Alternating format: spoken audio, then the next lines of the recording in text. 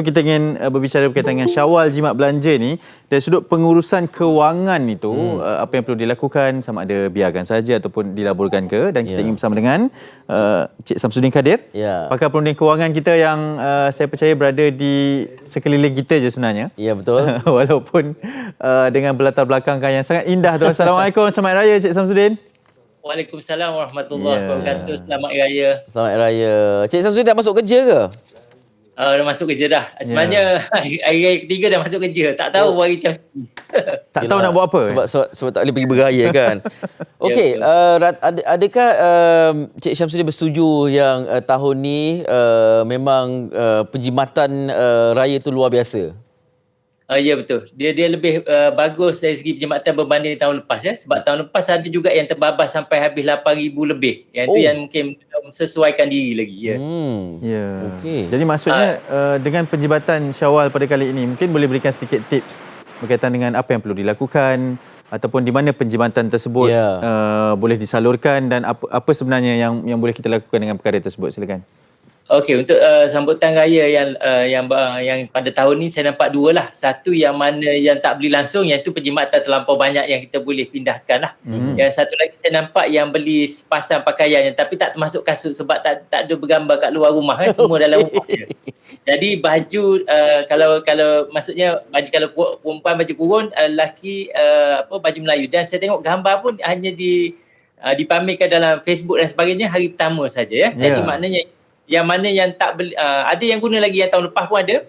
Jadi saya jangka kos, kalau tengok secara puratanya, kalau yang berjaya tu memang dia hanya beli sepasang saja. Jadi duit yang dapat tu jangan tinggal dalam akaun. Kalau tinggal dalam akaun memang habis juga. Okay. Oh, jangan maknanya perlu dikeluarkan. Keluarkan letak dalam tempat pelaburan yang kalau boleh 40% ke atas ya. Dan pelaburan ni ada tempat yang lebih selamat. Sebab apa?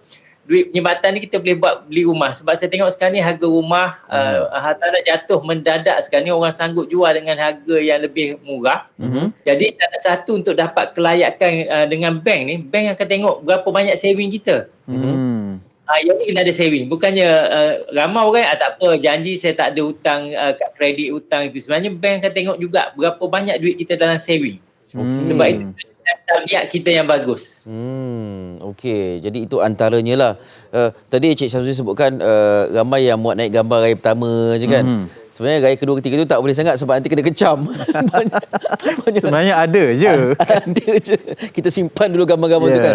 Okey, selain daripada membeli aset dan sebagainya, apa lagi cara yang boleh dimanfaatkan? Sebab setengah orang mungkin rasa macam, okey, kali ni jimat duit, boleh tak saya guna duit ni untuk bayaran muka beli kereta ke macam mana? Cik Samsudin. Boleh dengar? Hello, Cik Samsudin. Cik Samsudin boleh dengar kami? Mungkin berlaku sedikit masalah teknikal pada ketika ini. Tapi betul lah. Sementara kita dalam usaha untuk memperbetulkan ni, saya sangat setuju apabila dikatakan jangan simpan dalam bank duit lebihan tersebut. Sebab kadang-kadang kan kita dah ada bajet mungkin tahun ni raya dengan sekian-sekian jumlah kan. Tapi kalau simpan takut dia jadi lain pula. Sebab kita nampak ada jumlah yang banyak dalam bank. Maksud jadi lain tu macam mana? Kita akan berbelanja ke arah lain pula lah kan. Sekarang semua di hujung jari je. Ya, betul. Saya ada satu contoh orang terdekat saya juga. Saya tak dapat dengar ya.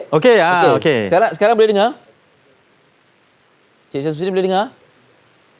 Kalau tak boleh, kita cuba hubungi balik lah. Sebab banyak benda kita nak tanya Cik Syamsuddin ni. Betul. Ya. Okey, sambil kita cuba mendapatkan tu. Kita cuba hubungi lagi ya. Okey. Saya ada satu contoh. Apabila masa terluang dengan orang yang rapat saya ni, tangannya cepat je scroll aplikasi perkhidmatan tersebut lah. Maksudnya tengok barang buat apa tu? Tengok barang je. Sebab kena beli sesuatu juga. Sebab dah ada perasaan tu tahu. Raya je kena beli sesuatu. Jadi bahaya. Nak pula ada promo code. Kemudian kalau dulu lah kena verifikasi kad kredit dan sebagainya. Sekarang ni kan tak perlu. Boleh fingerprint saja. Untuk betul. mengesahkan pembayaran. Okey, kita berbalik bersama dengan Cik Samsudin. Boleh dengar sekarang? Ya, boleh insya-Allah. Okey, baik. Apa tadi saya tanya? Okey, tentang duit kali ini kita jimat banyaklah kiranya sebab tak keluar duit minyak jimat, duit pakai raya, kuih raya tak perlu beli berbalang-balang dan sebagainya. Betul. Jadi ada yang berpandangan duit ni nak buat untuk bayar muka beli kereta baru. Adakah itu satu yang dianjurkan ataupun wajar, Cik Samsudin? Okey, kalau kereta tu dah pakai macam 13 tahun, saya rasa mungkin wajar lah. Kalau kereta tu pembiayaan lama pun belum habis lagi. Teruskan, Dan. Ya. Cik Samsudin? Okey, nampaknya kita kena jemput Cik Samsudin ke studio Betul. ni barangkali. Ini cabaran juga Ada kan. gangguan Ada kami dengar. Mungkin dia yang tidak mendengar kita di sini. Okey. Ya. Cik Samsudin dengar kami? Teruskan saja. Saya dapat dengar dah. Okey, silakan teruskan. Ya. Tadi kalau maksudnya kalau kereta dia dah 13 tahun bersesuaian lah. Tapi kalau macam kereta baru pakai 4-5 tahun, saya rasa tahun ni adalah tahun bagus untuk beli hartanah kot. Tahun bagus daripada duit raya tu sebab banyak kita boleh guna untuk memperbaiki kekurangan kita. Ataupun membayar hutang jahat lah. Hutang jahat iaitu hutang kat kredit, hutang ranum, hutang pembiayaan peribadi. Okey, baik. Okey, Cik Samsudin sebab tadi bercerita mengenai beli hartanah, rumah apa semua kan. Okey, dalam secara realitinya berapa jumlah yang boleh diunjurkan ataupun diasingkan untuk mendapat aset-aset sebegitu, sebab kita bercerita mungkin amountnya lain, jumlahnya lain, tapi jumlah yang minima yang kita boleh ada untuk memulakan pelaburan sebegitu? Okey, jumlah yang bagusnya kalau untuk sekadar melabur 2-3 ribu pun dah boleh lah. Jadi kita letak di pelaburan yang 4% ke atas ya. Tapi kalau untuk nak pembelian rumah, duit kita dalam pelaburan ataupun saving tu mesti seboleh-bolehnya 10,000 ke atas lah. 10,000 ke atas? Atas, jangan diusik. Mana daripada duit raya ni kita jimat lah sikit-sikit kan. Berapa ribu yang kita boleh selamatkan. Saya rasa beribu-ribu. Sepatutnya sebab balik raya kalau kahwin daripada dua negeri yang berbeza dah berapa tu kos minyak dapat dijimatkan. Cuma Cik Syamsuddin, sekarang ni yang ada penjimatan tu masa raya je, kemudian hari-hari yang biasa lepas tu tak cukup duit pula. Jadi bagaimana nak melabur tu ya? Yang gila barangkali ada difikirkan ya ni ada duit lebih. Dam saja dalam tu, kemudian biar dia beranak sendiri, tak ada perlu bayar ansuran bulanan dan sebagainya.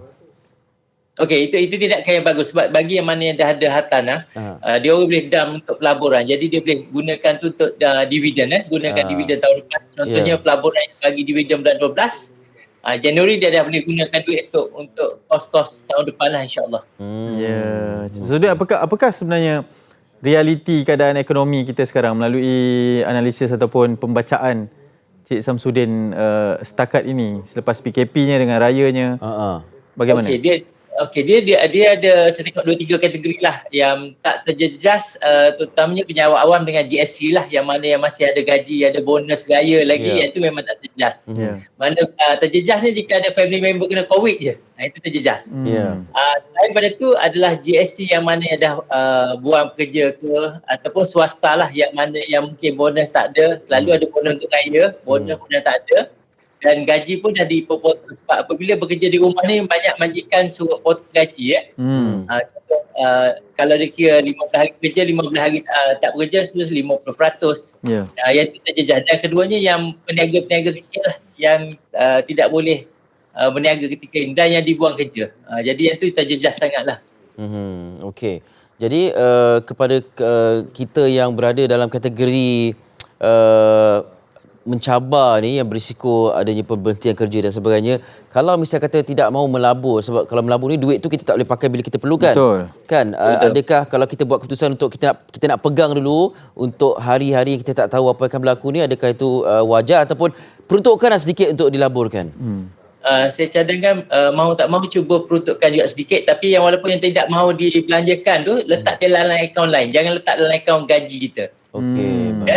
Sebab sekarang ni dengan ada online ni risiko kita terbabas tu lebih mudah. Kadang-kadang bukannya kita beli benda keperluan, benda yang tak perlu sebab dah terpengaruh kan dengan tambah offer ni. Okay. Banyak tu cabaran. Betul. Kan? Walaupun tak cucuk duit pun ada cabaran itu sendiri. Kalau bank ada dalam akaun simpanan kita. Okey, Cik Samsudin, terima kasih banyak-banyak kan sudi bersama kami. Saya suka. Kami pun suka walaupun depan pelbagai cabaran kan. Assalamualaikum, jumpa lagi. InsyaAllah. Ya.